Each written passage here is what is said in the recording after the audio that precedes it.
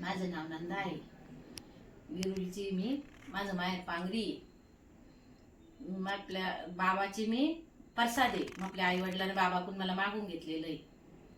माझे आई वडील बाबाकडे जात होते पहिल्याच प्रथम तर बारी लागत होती. आई वडील सांगते लंबी बारी लागत होती. तेवढ्या बारीतून माझ्या वडिलाला आवाज दिलता बाबानं. असं हातानं पालवलं खुणवलं बोलून घेतलं. एका माणसाच्या अंगावर अशी मूठ ठेवली. दही हंडी फुटत होती आणि म्हणे उचलून घ्या म्हणे खाऊन घ्या म्हणे तुम्ही. मग ती उचलली खाल्ल्यावर मी राहिली अशी आई वडील सांगते माझे. मग मी राहिल्यानंतर माझा जन्म झाला.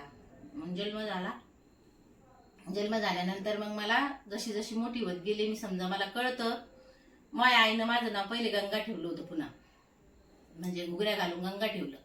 मग बाबाकडे आणलं. मग बाबाला दाखवलं तर बाबा म्हणे काय ठेवलं या पोरीच नाव. तर म्हणे गंगा.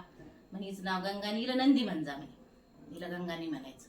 मग तेव्हापासून मला सगळे नंदी नंदी नंदीच म्हणते. नंदा बी म्हणत नाही कोणी. जे बाबांनी नाव ठेवलं ते सगळ्याची नंदीच झाली. मग मी एवढं शिकवते तिथं पडायची. गणेश भाऊ मच्छिंदर भाऊ हे सुखदेव हे सगळे तिथं राहायचे घ्यायची मला. मनवार दादा हारणा मावशी या सगळ्या तिथे यायच्या. आम्हाला उचलायच्या पटापटा पटापटा बाबाचा प्रसादे करून सगळे.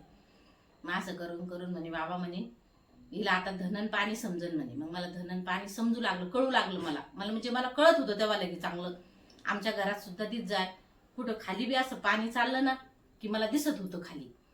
मग असं करून करून मग आपल्या चुलत भावानं मला त्याच्या शेतात नेलं. म्हणजे वाईट यानं काहीतरी त्याला बरं नाही दिसलं नेलं. मग आपली आई माय मागच आली पण लहानशी होती मी. मग दुसऱ्या दिवशी घेऊन मला बाबाकडे आली. म्हणे भाऊ हिला असं असं झालं म्हणे त्या पोराने तिला तिकडं नेलं म्हणे हिला पाणी दिसतं तर दाखवायला.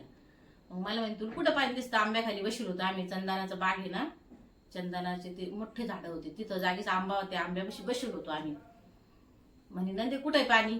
मग मी दाखवलं मला दिसू लागलं तिथं. म्हणलं मामा हे काय पाणी. मी मामा म्हणत होते त्याला. म्हणलं मामा हे काय पाणी. हे पा म्हणलं केवढा धार चालली. म्हणलं ही पा. मग तुला दिसती का. तर म्हणलं हा मला ही पाणी दिसू राहिली केवढी चालली. तर म्हणजे ये इकडं. मग बैस आमच्या मांडीवर. मग मला मांडीवर घेतलं द्यायनं. मांडीवर घेतलं 10-15 मिनिटं बसवलं. म्हणे आता कुठे पाणी दाखव बरं. उठलेत मला पाणी दिसलं नाही. बाबाच्या चमत्कार. धन पाणी सगळं दिसणं त्या दिवसपासून बंद. धन बी सांगत होती मी पाणी बी सांगत होती. दोही माझं सगळं बंद केलं बाबानं.